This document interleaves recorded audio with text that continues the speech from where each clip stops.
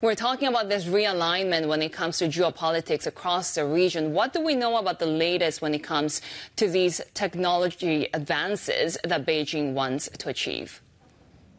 Well, obviously, China sees, their own domestic innovation and in chips for AI to be paramount importance, obviously because of those U.S. export controls that the Biden administration has been trying to influence as well.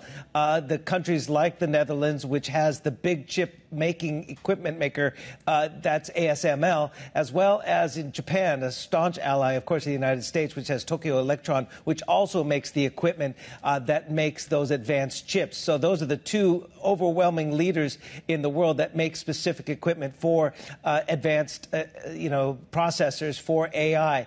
The others, of course, in the United States are Lam Research and Applied Materials, which are under those controls. The problem is the Biden administration sees, yes, sort of compliance from the Dutch as well as the Japanese, but not necessarily on the servicing.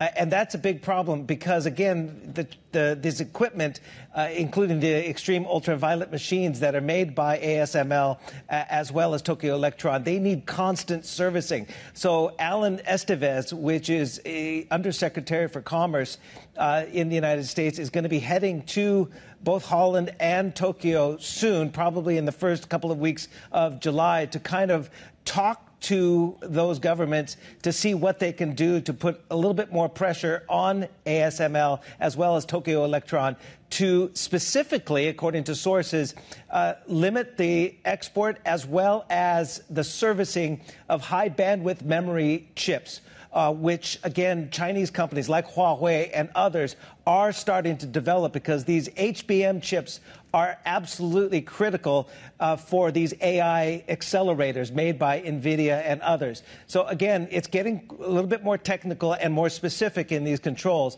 But, again, it's become, obviously, as you know, Sherry, a big geopolitical issue as well. And, Steve, we're also hearing there's a new legislation in the United States that might further limit China's semiconductor industry. What do we know of the details of this? Well, obviously, we all know about the 2022 Chips and Science Act by the United States to basically get chip makers to invest in domestic chip making in the United States, like TSMC in its Arizona plants.